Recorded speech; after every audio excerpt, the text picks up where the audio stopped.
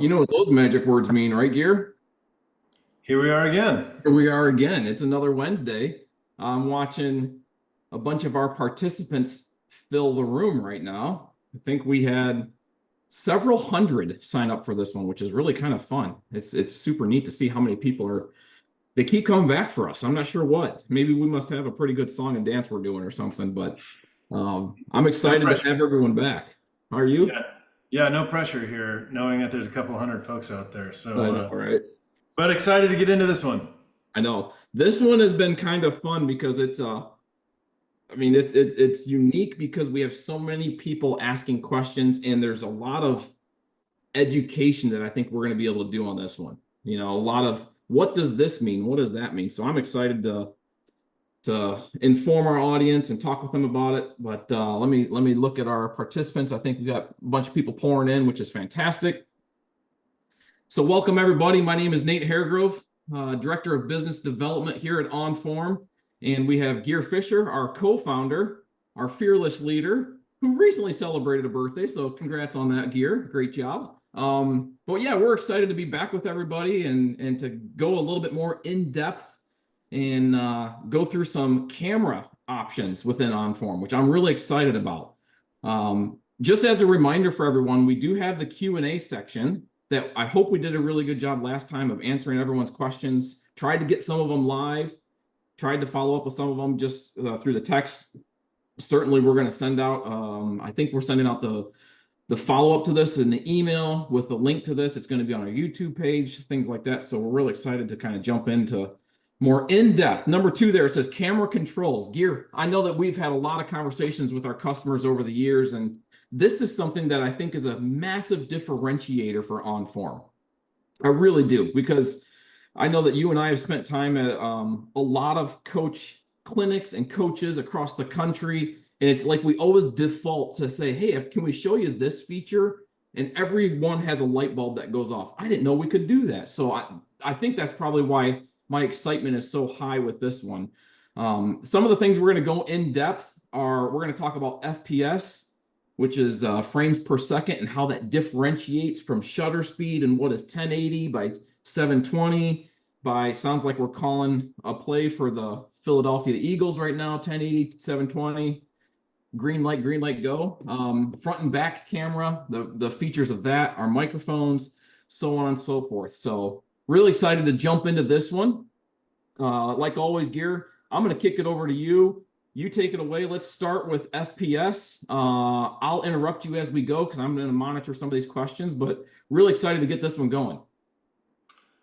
All right, yeah, thanks, Nate. We're going to dive straight away here, and I'm going to share my iPad screen, which is currently pointed at my desk just for so to allow me to do a little discussion here. Tonight we're going to be talking all about the camera features, and previous webinars we talked about adding athletes, etc. Tonight's all about how to get the most out of the camera. And we often say we can do a lot of things that your Apple camera can't do. And so by the end of tonight, I think everybody's going to have one of those light bulb moments, or I hope so, because we're trying to pay specific attention, number one, to sports coaches. So action that's moving quickly. We want to provide very fast, easy tools to get the most out of the amazing hardware that's in your iPhone or iPad, and then allow you to configure it so that you get the best quality video in the lighting and in the conditions that you're in. And I'm going to talk about all that in a sweeping 20 minutes or so here, and we'll have little time at the end for Q&A, and maybe along the way, Nate, feel free to yell at me and interrupt so that I can make sure I don't forget some stuff. All right. That's what I do best, man. Let's do it. All right, without further ado. So here I am live. This is my little pointer. We're going to start over at the camera recording control. That's the start and stop button. Okay, it starts and stops the camera. And when you press it, you get a little video down at the bottom here where I can easily click and review. So beyond that, at the top here, this is where it gets really interesting. This is where you choose the resolution and the FPS, frames per second, okay? Now, resolution is this first number, 720p or 1080p. That is the number of pixels that we're using in the camera. So it basically goes to how fine a quality the view is. The next number is the frames per second. And you'll notice, depending on the frames per second, you get more time that you could record for the lower frames per second. This combination of resolution and frames per second ultimately goes to file size of the video that you capture. The bigger the numbers you pick, the bigger the files you get, and the longer it takes to upload, the longer it takes to download, the longer it takes to share to your athletes, the longer it takes them to fetch the video down from the cloud to watch. Now, we don't stream video. We effortlessly back up every video that you take to the cloud, but because we allow very fine-grained control, slow motion, playback, frame by frame, it's not like Netflix where you're jumping scene to scene. We're literally allowing you to jump frame to frame. So I always get asked, what's the best one to use? The answer, of course, is it depends. In general, I tell people to use 1080 at 60 because that's a good middle of the road number. But other people will want a much faster frames per second so they can see more slices of the view, and others will be fine at even 30 FPS or 60 FPS. Again, the bigger numbers you choose, the bigger the file gets, the more room it takes on your device and longer it takes to upload and download. Also inside here is the ability to switch to the ultra wide camera. When I do this, check it out. I'm currently pointed just at my desk. When I pick the ultra wide, you can now see I can see much more of my desk. Now, you have to have a supported iPhone or iPad to do that, but the ultra wide camera is an amazing feature that allows you to be very close to your subject. So if you're a golf coach or in a batting cage and you might only have, say, 4 or 5 feet away from your subject, the ultra wide lens is going to be your new best friend. And again, you get to that by tapping here, choosing ultra wide. I can switch back to standard as well. And it's up to you. We support all the different frame rates and lenses that your camera has. We do not support 4K video. While some of your hardware is capable of that, it takes such an enormous amount of storage that it takes forever to upload and download. And because the primary benefit of Onform is analyzing and sharing video with your students, we decided 4K is too much at this time. So we limit it to 1080p, which for 99% of the action out there is going to be perfectly good. Okay, that's an in-depth look at resolution and frames per second. Now, maybe my favorite part of this whole Hold on here.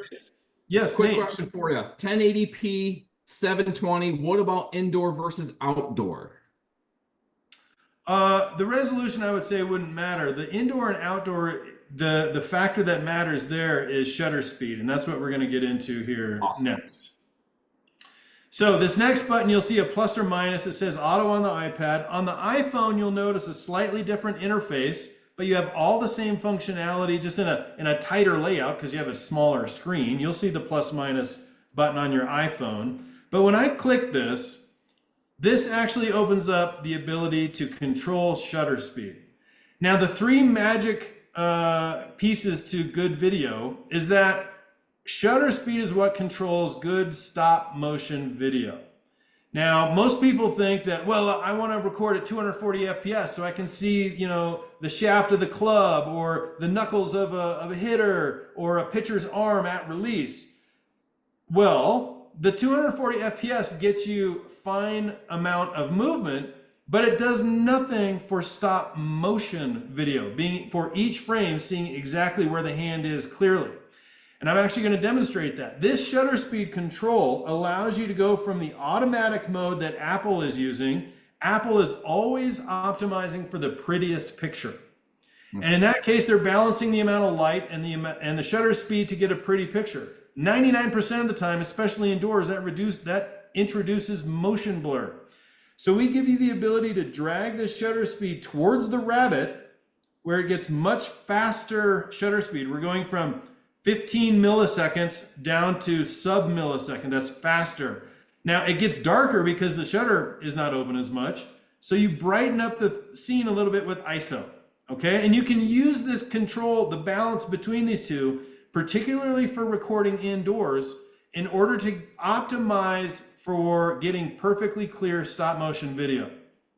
Okay, and let me show you what that ends up resulting in. I'm going to dismiss this control right now, and I'm going to close out of the camera, and I'm going to go down. I recorded a couple hours ago a few examples. So I'm going to go to a 1080 by 60 video, and this is the automatic shutter speed. And you'll see as I scrub through here with my finger, you'll notice the shaft is super blurry. I'll go at impact. Let's pause right there and zoom in. You can barely even see the shaft, right? You basically can't. Mm-hmm. Now that's at 1080 60 FPS. If I go ahead and open up the next one with fast shutter speed, now check it out. I also went and found a ball. You'll see that the shaft is perfectly clear throughout the entire swing, even at impact. Okay? And notice at 60 FPS though, when I go frame by frame, see how far the club moves? It goes literally from here, and I'll use our nice drawing tools there, and the very next frame, the shaft is here. So at higher FPS, you're going to get the shaft here, here, here, and here. As that's the difference between FPS. And shutter speed is what gives you really clear stop motion at impact, like I'm showing here. Now, if we go ahead, I'm going to go ahead and select these two. This might even be a feature you haven't seen before. I'll pick this video and this video, and now I'm going to hit compare, and it snaps these two in. I can go right to the ball impact and check it out. There's one, there's the other. You can even see the ball flying through the air. I could even link these two together, and you can see the huge difference that shutter speed makes.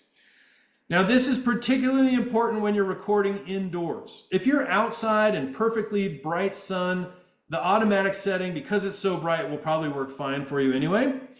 But if you're indoors or even in a cloudy day or in the shade, you're going to get amazingly improved video by getting really clear stop motion video using the shutter speed controls inside Onform.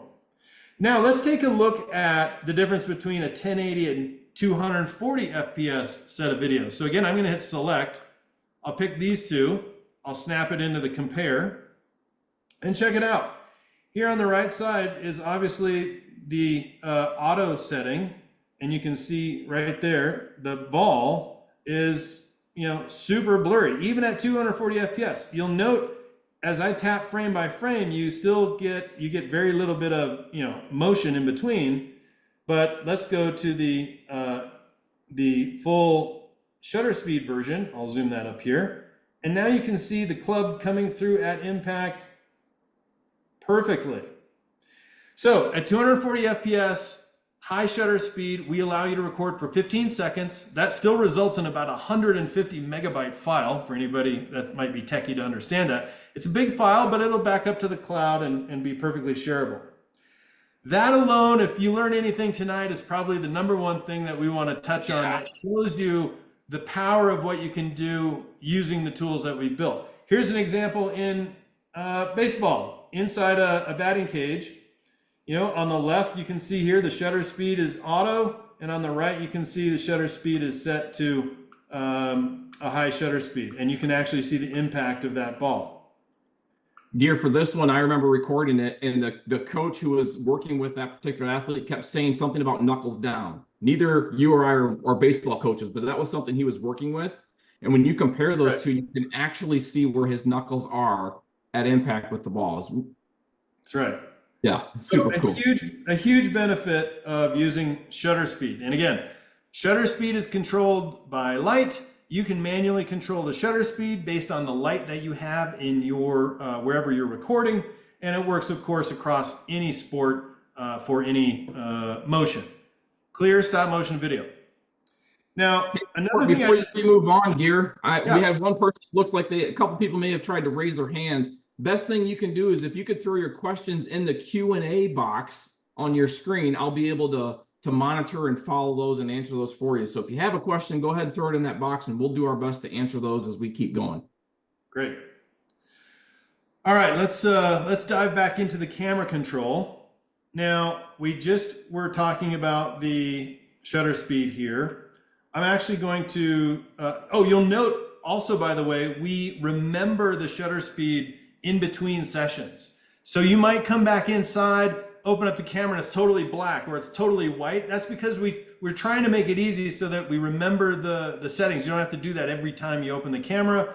You can always come up here and hit reset and it'll go back to the Apple default camera mode.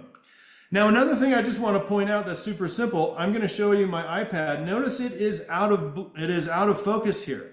A very simple thing to make sure that you get good quality is keeping your video in focus. So if I tap on the screen, it's going to bring that into focus. Now, unlike your Apple camera, which will variably focus as the subject comes near or farther if you're following it, when you tap on the screen, we do what's called a focus lock.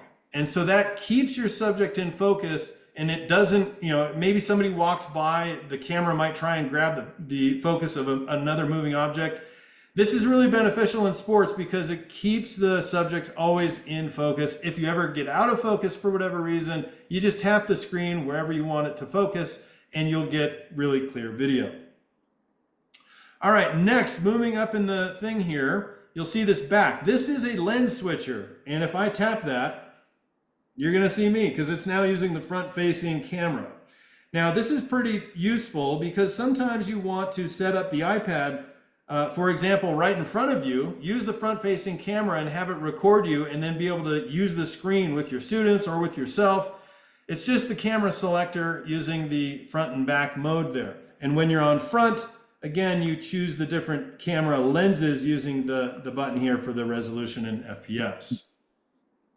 All right.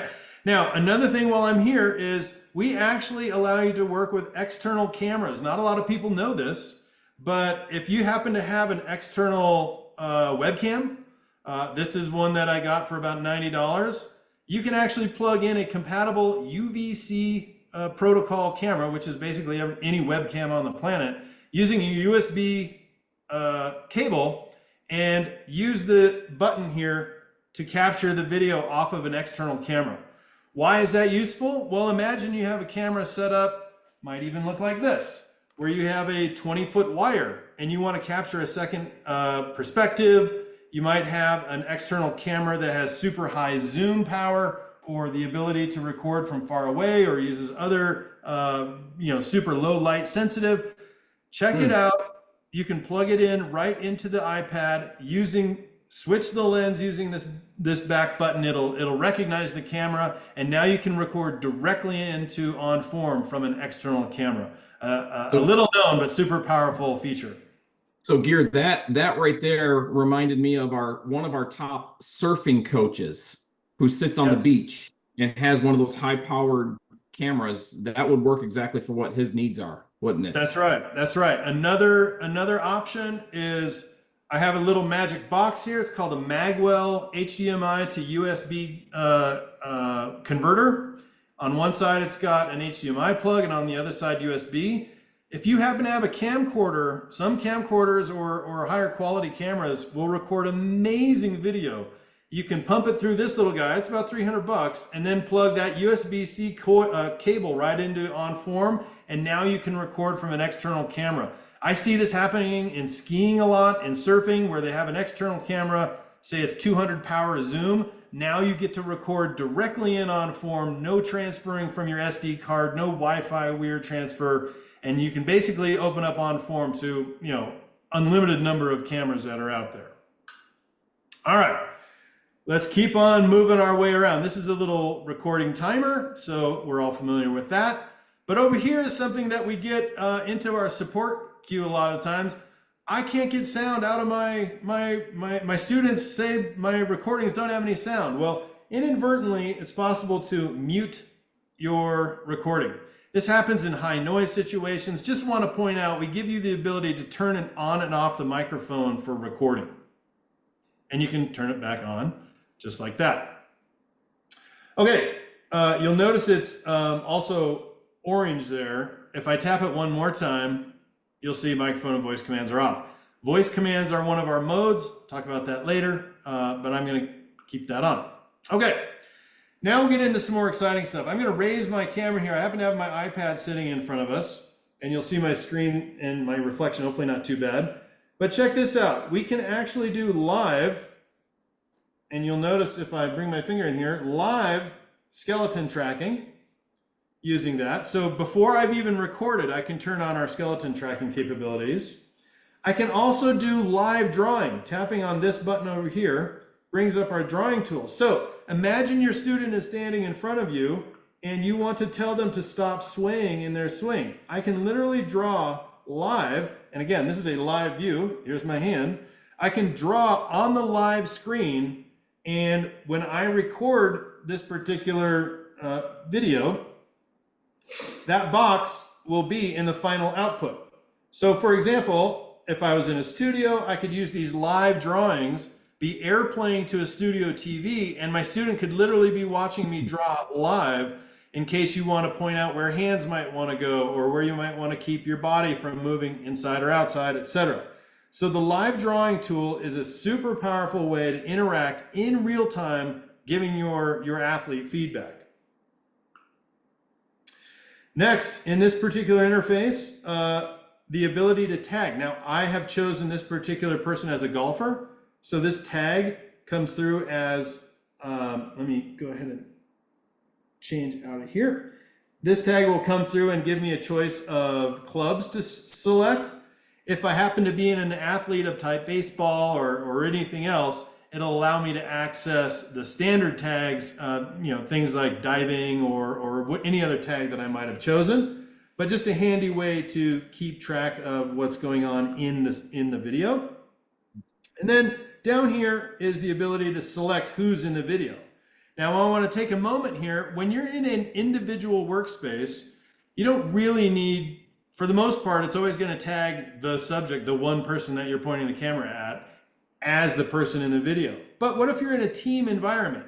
Well, glad you asked, Nate. Let's jump out of the camera here for a second. And I'm going to switch over to a team that I have set up. Shout out to my old high school, okay? Bear Creek Baseball, if anybody knows Bear Creek High School in Colorado. But here we are in a team scenario. Again, I'm not going to talk in depth, but there's all the members of the team. You'll notice when I open the camera, a really cool thing is I can jump between the members of the team without ever leaving the recording interface. So here I am chosen on Hank. If I record a video, that's going to tag it Hank. Now, without leaving the camera, I can tap on Hank's name and record Caleb. I select Caleb. Now I'm going to hit record. And you'll notice this one's tagged Caleb, this one's tagged Hank, and I can keep recording in quick succession as well as keep organized by knowing who's in the video. Just a handy way to switch between people when you're in a team environment that I wanted to point out. Hey, Gear, I've got a question we can answer really quick, actually. Open the camera for me real quick on this one. The question comes, can you show us where again we would start the live drawing? Sure, maybe it's easier to just go back to a plain background, but over here, this little pencil icon, which is the same looking icon in the analysis side when you're reviewing a video, hint, hint, that might be an upcoming in-depth webinar of advanced analysis. I'm going to tap that, and now I can use all the same drawing tools that I use in my post-recording analysis live. Again, here's my hand. If I wanted to outline my fingers live, I can draw on each one, and that's all going to get recorded in the video when I do that. Okay, and so there's the video that I just recorded with all those lines preset. Awesome. Right. Thanks for doing that. Of course. All right, let's jump back to my friend. You'll recognize them here. I happen to have all my teams in a collection and my individuals. I'm going to jump down to demo webinar. All right, some other things I'd like to show. And this is really getting into the real meat of the demo here, is down in the corner is where you switch out the different camera recording modes that we have. Now, this is where things get really powerful. Now, the normal manual is simply a start-stop of the button, you know? But if I scroll this up, the next mode is one tap. One tap is an amazing tool for recording video when you don't know when the action is going to happen. So in the golfer's sake, if you tell somebody to take a swing, I would have to hit the start button, wait, and it just responded to my audio cue. I would press the recording button. Then my subject would, here, I'm going to turn off the microphone so I don't get that. One moment. There we go. So normally when I hit start, my person waggles around, looks down the range, rehearses a little bit, takes a swing, and then they take the swing and I hit stop. And now I have a 12 or 15 second video of a 3-second swing action. Or say in baseball, I don't know when the pitcher is going to throw the ball, so I have to hit start and wait for the pitcher to do their thing, finally throw the ball, capture the swing. Now again, I have maybe a 20-second video of the baseball swing. One tap allows you to press the recording button at the moment of impact or at the moment of interest. And what it's doing is it's actually ingesting the video feed the entire time here. And you can control the fact that it has a pre-tap duration of 2 seconds and a post-tap duration of 2 seconds. So in the golfing example, if I point this at my golfer here on the screen, instead of hitting the record button now, I'm going to play this swing. I'm going to tap the record button now and check out what happens. I ended up with a perfect 4-second video, but I captured the entire swing because it went back in time 2 seconds and then it waited forward in time 2 seconds. So I ended up with a perfect 4-second swing clip, and I only tapped the button once, hence the name One Tap Recording, in order to capture a perfect 4-second swing. It went back in time 2 seconds before I tapped the button, and it waited 2 seconds after I tapped the button. It's kind of a brain teaser to think about, but it's an incredibly useful way to capture video, like in baseball, if you're in the seats, if you're a golf coach, etc. A good use case for this one, Gear, is if you're recording BP baseball, you can even wait until the ball is hit or caught from the catcher and still go back in time 2-3 seconds because the ball's traveling fast enough. So it helps those coaches who are recording to wait until that pop of the glove or the crack of the bat. You can hit record. It's going to go back 2 seconds. It's a game changer for those coaches. Exactly. Next mode, auto detect. This is one that we trained an AI model to recognize a person, and I'm actually pointing it here at my iPad, and if I go and press the play button, it's going to recognize that happened, and it instantly recorded it and plays it back in slow motion. So this is where, as a coach or as a player, you can set up the iPad or iPhone watching you. For example, if you're by yourself on the range, it will recognize your swing and capture it and play it back. You might want it on the front-facing camera off to in front of you, for example, and now you can see the replay of each swing that you took. And you'll notice if I tap on the screen, it's still watching me live. Okay, it's still watching what's happening, and notice it went red because it can't see the person anymore. When I move back, it went green, and it's like, oh, there's a human. I'm ready for another swing. Okay, auto detect mode works for golf and for baseball, and it's coming soon for softball as well. So stay tuned for that in the next few weeks. All right, jumping to the next mode, I'm going to go to launch monitor mode. We're super proud of this one.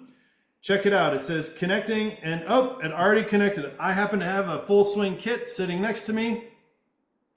We use Bluetooth to instantly connect to the full swing kit, and now the kit acts as the recording mechanism. You'll notice the recording button is gone. Now this is an amazing thing where I can set up this iPad or be holding it in my hands, but the kit, the launch monitor, knows when the golfer actually hits the ball, and it's going to trigger the recording on the iPad. Okay? And so the launch monitor mode gives you automatic recording using all of the same resolution, FPS, etc. And you can always just, if you want to close out and review a swing, you come back to the camera. It remembers launch monitor mode. It'll scan and find the kit again in just a couple seconds. I can even hit this little button and choose if I'm outdoor mode, screen, and I can choose which iron, and it will tell the kit which iron. I just picked 7-iron, and now you'll see that it has 7-iron selected in the middle of the screen right there. Okay. And just a reminder, I see somebody saying, well, hey, where did that show up? It's down here in the modes. I can just scroll through the different modes. Okay, next mode, and we're gonna wrap up here soon, but this is save some of the most exciting stuff for last. I'm gonna switch to our auxiliary cam, but I'm actually gonna switch this around a little bit. Auxiliary cam is part of our multicam package. And what happens is using two devices, I'm gonna demo this with my iPhone and this iPad, we can now actually record multi-angles wirelessly using your existing iPhone and iPad. Now, what I'm gonna do is set my iPad on manual, just to make it the primary. I'm gonna go into my iPhone and choose the auxiliary mode. And you'll see here, I need to get it to auxiliary instead of launch monitor. Scanning for primary device paired with iPad. And check it out, it's actually showing a preview from the iPhone over here in this little window down below. So watch this. I'm actually going to hold my iPhone live. Hopefully this isn't too jittery, but for demonstration purposes. Okay. Now I'm going to record by pressing the record button on my iPad. And I'm going to play the video. And I hit stop. In just a couple of seconds, I get two angles of video, one from my iPhone and one from my iPad, that are time synced and automatically visible and for your playback. And now I can continue taking video using dual angles. So in baseball, track and field, softball, you could set up a face-on camera, a down-the-line camera. You could put one on a tripod, you could hold the other.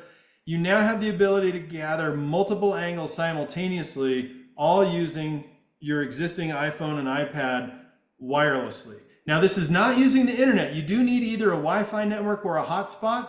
It's not using the internet. It's talking directly device to device, but you do need some kind of network there for the communication to happen. And that can happen, like I say, over Wi-Fi, but it's immediate and it's super fast in how it shares that over. This is the kind of thing that used to only be possible with a fixed, mounted cameras in a studio. Neat.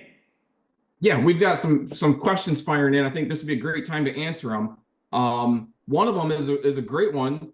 I assume both cameras, meaning both devices, must have the same settings, like FPS resolution. Actually, no. You can use different FPS and resolution. And anytime you do a comparison in Onform, we do look for the lowest common denominator between the two. So the original file that comes from, let's say, your auxiliary device could be in 240 FPS. But if your primary device is recording in 60, well, when you see them side by side, they're going to be playing in 60 FPS. But if you look at them individually, the one will still be 240 FPS and one will be 60. Next question. Can I use my clubs on the launch monitor mode? Yes. You can select whichever club you want in launch monitor mode. I can switch that over. Selecting their club with the Apple Watch. Say that again?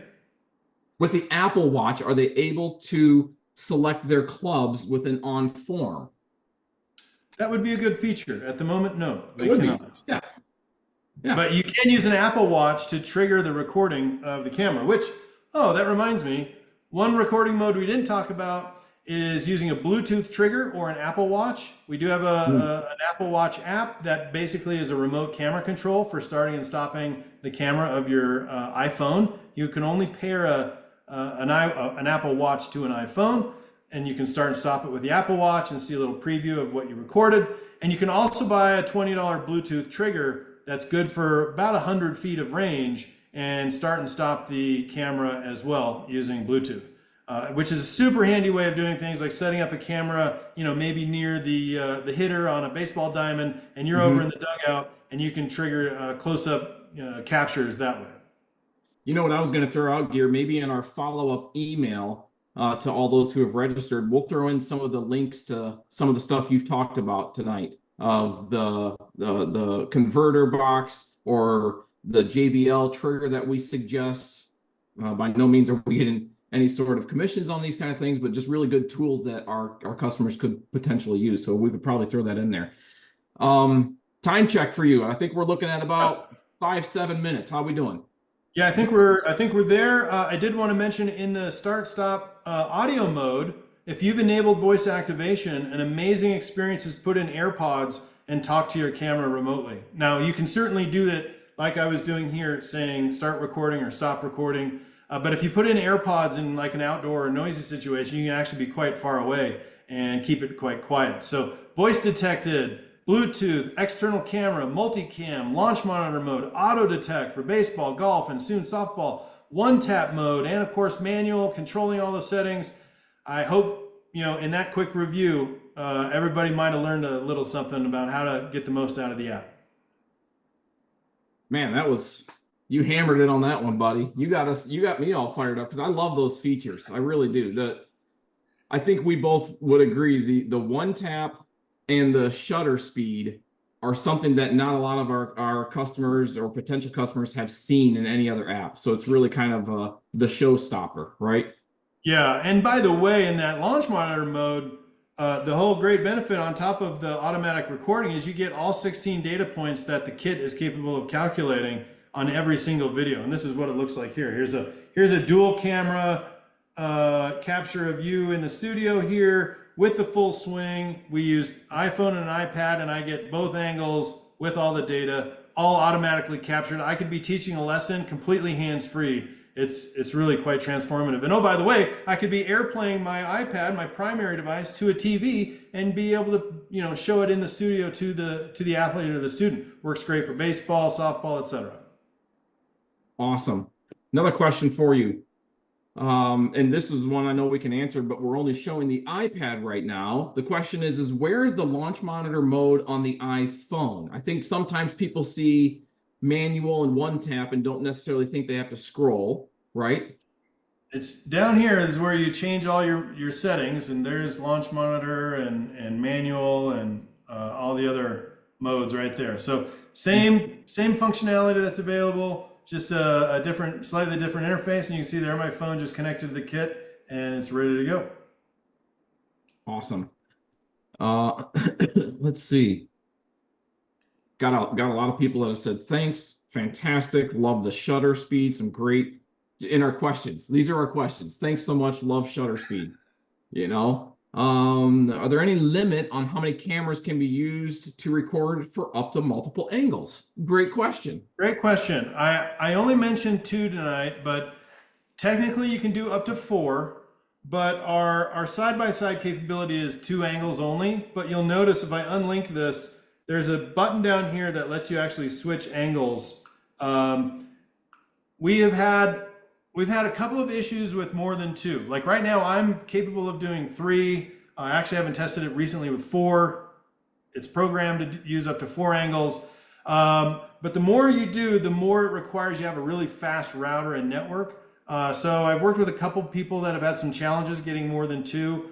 I don't want to say it's like it can't be done, but it certainly is a little harder to get done. Make sure you have a good environment for doing it. I'm able to do it here. So you should be able to go up to 4 and switch the angles by choosing that little scene switcher right there. Mm-hmm. Let's see. I'm trying to fire through all these questions for us. How do you get the scanning primary device to recognize or find the iPad? So how do we get your iPad, iPhone, and your 2 devices to connect and talk? Yeah. So number 1, the absolute most important thing is you have to install the Full Swing app and connect it to your kit in the once.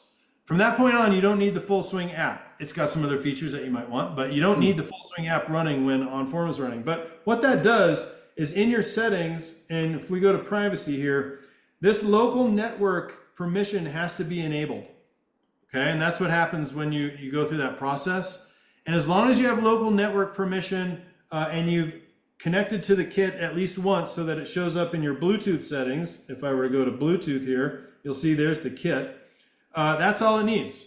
And it will find the kit automatically over Bluetooth and automatically connect. And it's as simple as connecting to any other Bluetooth device you might have. Perfect. Thank you for answering that one. Got a lot of good comments. I think we've tried to answer a lot of these questions. Any limit? I answered that one. Stop video from distance. We answered that one. Okay. Yeah, I think we've answered a lot of questions, Gear. Well, I hope everybody's learned a little something tonight.